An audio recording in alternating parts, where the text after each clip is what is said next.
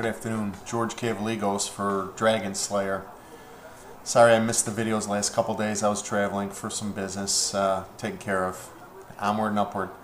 You know, the minor new lows that we've been seeing in the treasuries over the last 2 days have not been confirmed, and the market kept snapping back in what looked like some pretty good short covering. Now, you know, again, last night, a little bit of a lower low, market snapped back, and once it opened up this morning, it was just quietly bid all day, and really I don't think we had more than a 6 or 8 tick pullback all day. It's very indicative of a short squeeze here. It's tough to get a count out of it when it's just grinding higher the way it is. You really got to cut down to like real short-term charts to even be able to discern the minor waves here.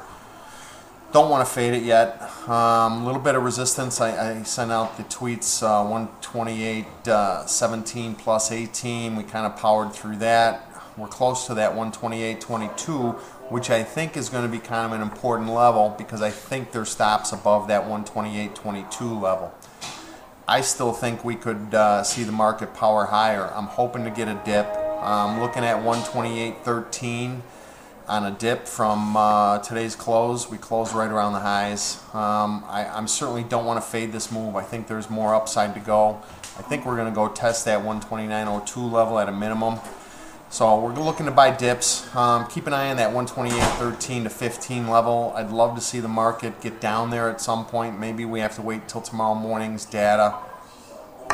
Maybe stocks will power higher. They're having another sort of early morning dip and then bouncing a little bit, kind of trade again in the equity side. So maybe if we get a big powerful equity rally, we'll catch a bit of a dip in the treasuries where we can scoop a few back in.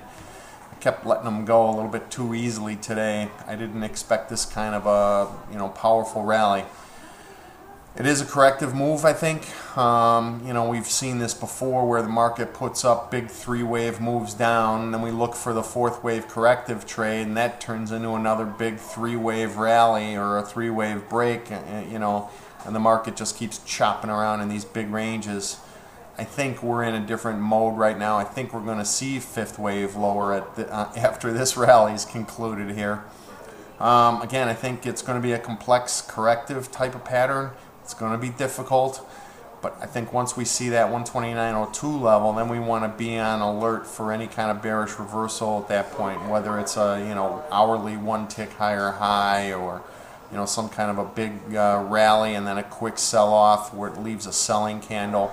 We'll try to be more in tune with it at this point now that I'm in front of the computer for the next eternity, I hope. So, alright guys, that's it. Keep a few longs on. Keep jobbing out against these resistance levels. I think we'll see some pretty good resistance against this 128.22 level. I think there's stops up above there. I'm looking for a dip. Let's hope we get it. We can buy and add back to some of the longs that we let go today. Also keeping an eye on gold here. Starting to shape up a little bit healthier than I'd seen in a while. Today's kind of reversal might be, I think, a B-wave low in the gold. I'm looking for a C-wave rally there too. It seems to be trading fairly in sync with the treasuries, at least on a short-term chart. I did put a small kind of spec long on in the gold. I'm not going to risk much. Today's low, I think it was, 1646 or 1642. I wouldn't want to see it trade back below there, so keep a tight stop on a long position in gold. That's more of a kind of longer term kind of spec trade here for me, and it is a very small position right now. Have a great night, guys. See you tomorrow.